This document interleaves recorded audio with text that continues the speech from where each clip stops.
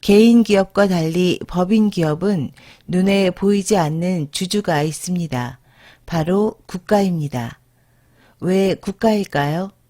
법인은 개인에 비해 세금 징수를 일정 기간 유예받고 있습니다. 국가는 훗날 법인의 청산 및 매각 시 공적 주주로서 권리를 요구합니다. 즉, 높은 세금을 걷어들입니다.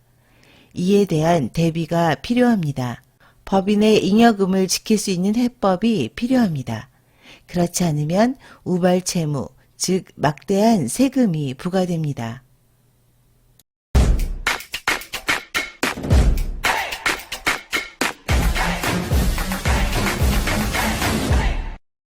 중소기업 CEO의 셀파 한국중소기업 경영연구소입니다. 오늘 방송은 특허와 벤처인증을 통한 CEO와 주주이익 극대화 방안입니다.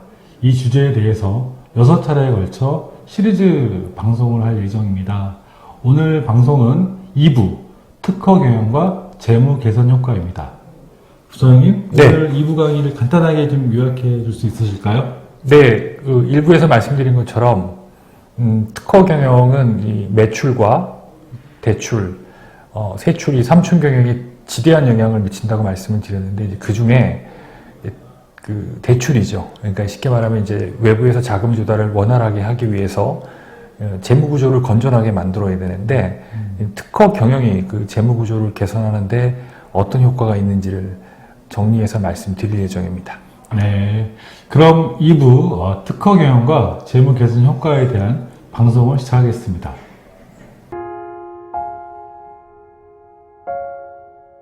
일부는 특허 경영에 대한 개괄적인 개요를 주로 말씀드렸다면 2부는 재무 효과가 어떻게 개선되는지에 대한 실질적인 사례 중심으로 드리는 게 좋을 것 같습니다. 기본적으로 재무 건전성 개선 효과라고 하면 가장 드라마틱하게 나타나는 게 부채 비율이겠죠. 부채 비율이 높은 기업들이 그 높은 가액의 감정평가를 받게 되면은 해당하는 감정평가액만큼 실질적으로 영업이익을 얻은 거와 같은 효과이기 때문에 부채 비율이 많이 떨어지게 됩니다. 네. 네. 두 번째는 부채 비율이 높지 않더라도 가지급금을 발생되어 있는 기업들은 가지급금 문제만 해소하더라도 상당히 경영상의 부담을 덜 수 있는 장점이 있는 거죠. 그러니까 특허를 양도해서 이제 가지금을 그렇죠. 가지급금 채권과 네. 상계하는 방식이 네. 되겠죠.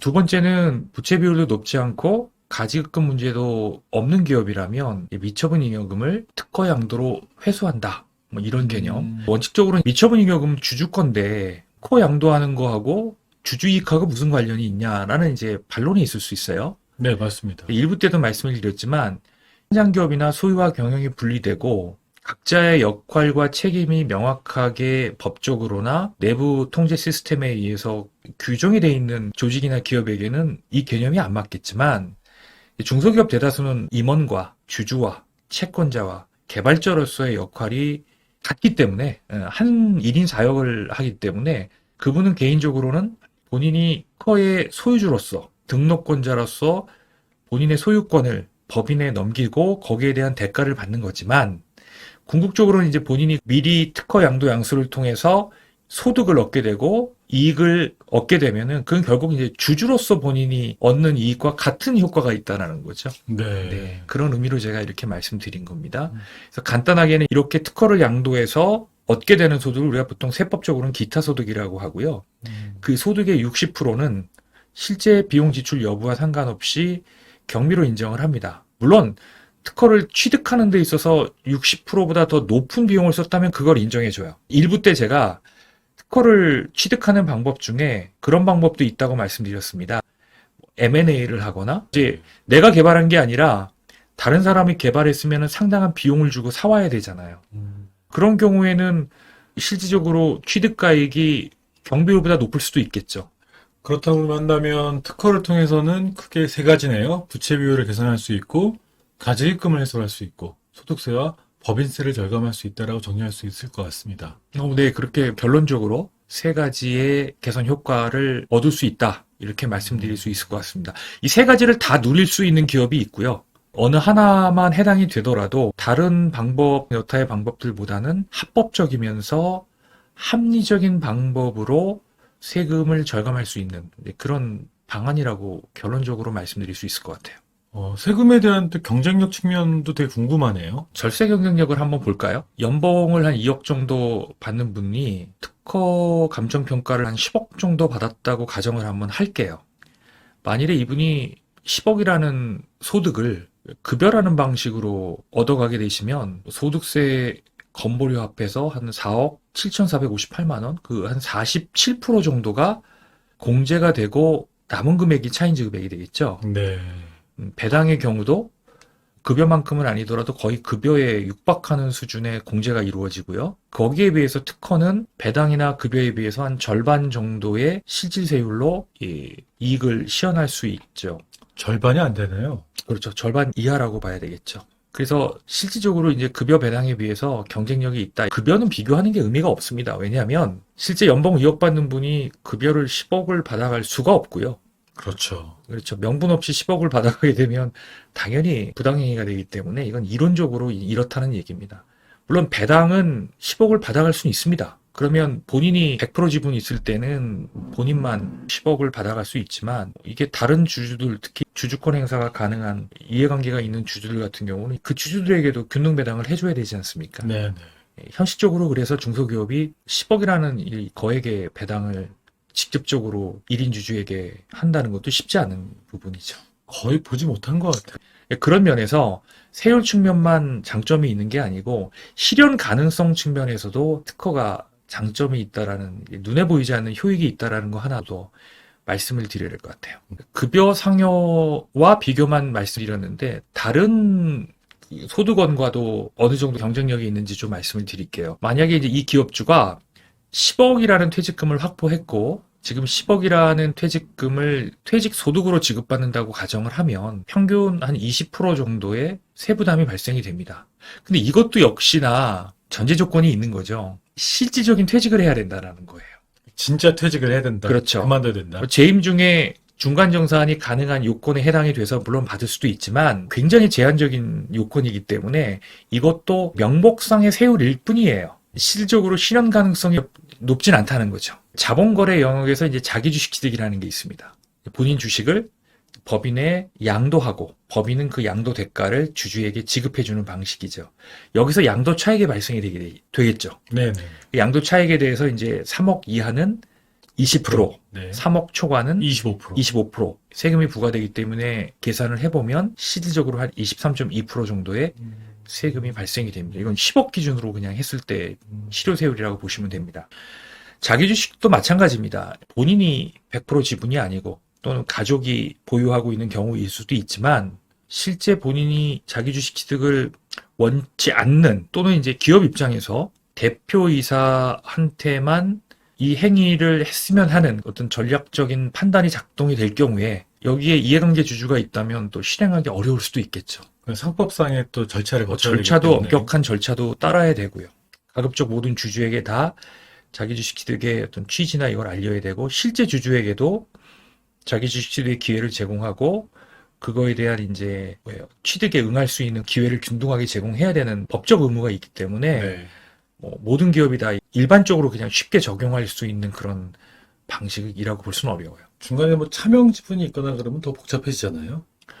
그렇죠. 최근에 차명 주식을 자기 주식 취득을 이용해서 해결해주는 그런 방식이 있다고들 하긴 하는데요. 세상에 공짜는 없다라는 부분에서 합법적으로 할 수는 있지만 그 뒤후의 사후 관리에서 굉장히 큰 세부담이 있다라는 거는 먼저 말씀드리고 자세한 건 다음에 한번 말씀드리도록 하겠습니다. 네. 단순히 이제 퇴직금이나 자기 주식 취득이나 특허 양도나 비슷비슷하죠.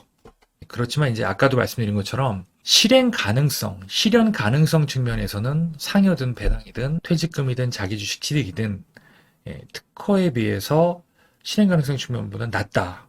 물론 특허도 특허 출원이 가능한 업종이어야 되겠죠. 그렇죠. 특허 출원 자체가 취득 자체가 실현 가능성이 없는 업종에 계신 기업주분들한테는 어렵고 또 상표권이라든가 이런 지적재산권을 도저히 보유할 수 없는 업종에 계신 분이라면 실현 가능성이 좀 없을 수 있겠습니다만 상대적으로 다른 소득원에 비해서는 그래도 실행 가능성이나 절세 측면에서 둘 다 용이하다, 경쟁력이 있다 이렇게 말씀드릴 수 있을 것 같습니다.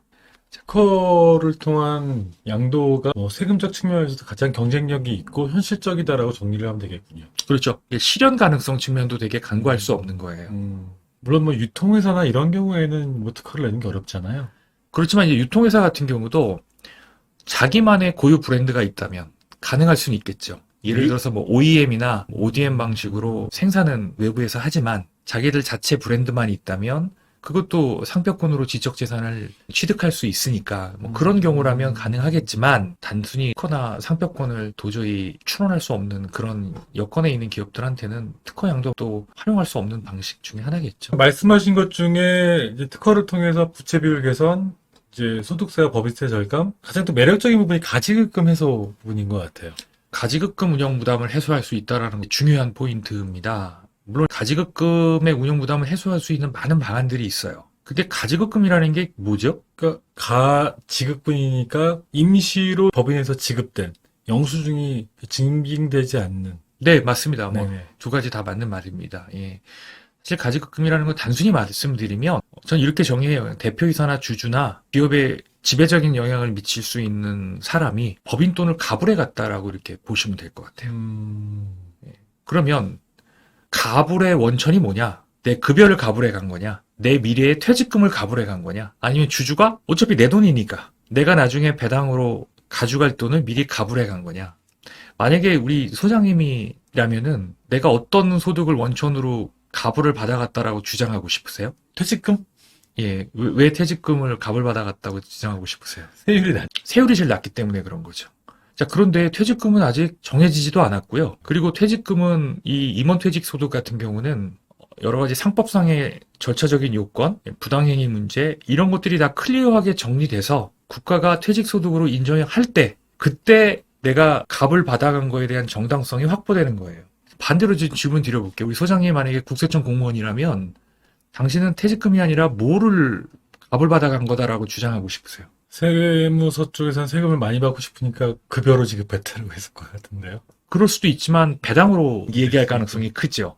왜냐면 급여하면 이제 법인세를 그만큼 또 덜 내게 되니까 정부 입장에서는 당연히 뭔 소리야? 당신은 배당을 담보로 가부를 가져간 거야. 라고 주장하고 싶겠죠. 여하튼 중소기업 CEO한테 가지금은 영원한 화두인 것 같아요. 결국은 퇴직금 청구권을 나는 행사했어. 그래서 가부를 퇴직금을 기초자산으로 해서 가부를 받아갔어. 라고 주장하려고 하는 대표 입장과 뭔 소리야? 당신은 네가 주주로서 가져갈 배당금을 기본으로 해서 가부를 받아간 거야. 라는 이제 국가의 입장이 충돌이 되겠죠. 그럼 누가 싸우면 누가 이길까요? 국가가 이기겠죠. 그렇죠. 만약에 근데 CEO가 이길 수도 있겠죠. 상법상의 절차를 잘 지켰고요. 퇴직금을 적격 요건에 맞게 가져갔다라고 하면 대표이사가 주장이 맞겠죠. 그럼 대표이사는 그 어떠한 노력을 해야 되겠어요? 퇴직금이 적격 요건이다. 법이 정한 여러 가지 요건을 충족했다라는 형식상의 조건도 갖춰야 되고요. 모두 갖춰야 될까요? 퇴직금에 결정하는 가장 중요한 요소가 뭘까요? 근속연수와 급여, 네. 급여의 규모. 또 뭐가 있죠? 임원들은 근로자와 달리 정관에서 정한 금액. 예, 배수 규정. 그렇죠. 네, 있겠죠. 그럼 이 셋 중에서 소장님 생각하시기에 제일 중요한 게 뭐라고 생각하세요? 급여라고 생각합니다. 급여의 규모. 예, 왜 그렇죠? 그 평균 임금에 있어서 가장 중요한 요소이기 때문에. 맞습니다. 예. 우리가 보면 이제 근속연수나 이런 것들은 인위적으로 재단할 수 없잖아요. 딱 정해져 있지 않습니까? 지급배수 같은 경우도 예전에는 업계 평균치 그게 7배수든 6배수든 5배수든 근데 지금은 퇴직소득으로 인정되는 한도는 2배수로 정했어요. 근속연수나 지급배수는 이제 변수가 아니라 상수가 돼버린 거예요. 그럼 내가 이거를 통해서 가지급 부담을 해소함으로 인해서 얻게 되는 재무적 편익도 시적으로 계산을 해볼 필요는 있겠죠. 가지급금 10억이 있는 기업이라면 가지급은 일단 법인에서 대표이사에게 빌려준 돈 아니에요. 당연히 이자가 지급돼야 되겠죠. 법에서는 4.6%라는 법정 이자율을 적용을 합니다. 물론 이것도 세부적으로 가면 여러 가지 이자율, 적용 이자율이 있겠습니다만 4.6%로 할게요. 그러면 법인세 구간이 주미세 포함해서 22%인 법인에게는 법인세가 1년에 한 1,100만 원 정도 더 부과가 됩니다. 그리고 이 인정이자는 대표 개인적으로는 소득세를 증가시키는 원인이 되죠. 네. 상해 처분이 되게 되면 뭐 이분의 구간세율을 38%, 중위세 포함해서 41.8%라고 따지면 소득세는 한 1,900만 원 정도 더 납부를 해야 되는 상황이 생기고요. 또 만약 이 기업이 대출을 받고 있어요. 지금 말씀드린 기업도 부채가 40억 있지 않았습니까? 그러면 만약에 가지급 10억을 발생시키지 않았다면 이 기업은 40억 차입금이 필요 없었겠죠. 네. 그러면 결국 40억 차입금 중에서 대표이사가 가져간 10억만큼은 실질적으로 이 이자는 누가 내야 맞는 것 같아요? 상식적으로. 대표이사가 내야 되겠죠. 그렇죠. 이걸 법인이 내고 비용 처리 받는 거는 상식적으로도 안 맞겠죠. 지급이자만큼은 비용으로 인정을 안 해줍니다. 네. 그래서 가지급 발생으로 인한 세금 증가분은 4천만 원에 육박하게 됩니다. 10억의 가지급이 있었을 경우에 매년 발생하는 그 세부담이 4천만 원이 들어가는 그렇죠. 거죠. 대부분 CEO들은 이렇게 누수되는 세금 비용을 잘 인식하지 못하죠. 실제 본인이 납부하는 거라기보다는 법인세에 묻어서 소득세에 묻어서 소리 소문 없이 납부하는 회계적으로 반영이 돼서 납부하는 세금이다 보니까 잘 인지를 못하게 됩니다. 이거 말고도 가지급은 뭐 신용등급에도 부정적인 영향을 미치게 되고. 물론이죠. 네. 은행에서 자금을 빌려주려고 하는데 가지급을 보유하고 있는 기업이라는 건 어떤 의미겠어요? 투명하지 못한. 그렇죠. 그 돈이 차입 목적에 맞게 쓰일 거다라는 확신을 갖기 어렵잖아요. 더 본질적으로는 이 기업이 공과 사가 명확하지 않다라는 게 돈을 빌려준 거나 투자하는 사람들 입장에서는 가지급금이 어느 정도 규모 있는 기업들은 차입이나 투자나 이런 것들이 절대 녹록지가 않아요. 오늘 2부는 이제 특허 경영을 통한 이제 재무효과 개선 파트였습니다.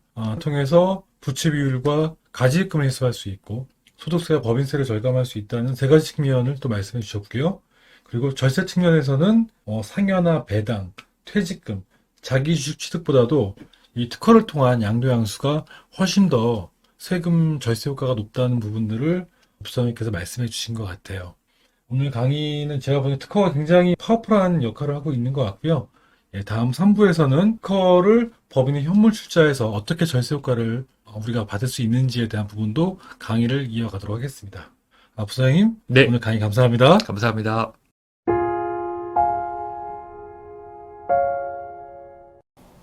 오늘 방송이 도움이 되셨는지요? 매출은 영업에서, 이익은 관리에서 나옵니다. 대기업은 전문 인력이 있어서 기업이 받을 수 있는 혜택을 모두 챙기고 있습니다. 반면에 중소기업은 정보와 전문 인력의 부재로 정당한 권리를 찾지 못하는 경우가 많습니다. 한국중소기업 경영연구소는 중소기업 CEO가 정당한 권리를 찾도록 돕고 있습니다. 어려운 현장에서 분투하시는 대한민국 중소기업 CEO 모두를 응원합니다. 감사합니다.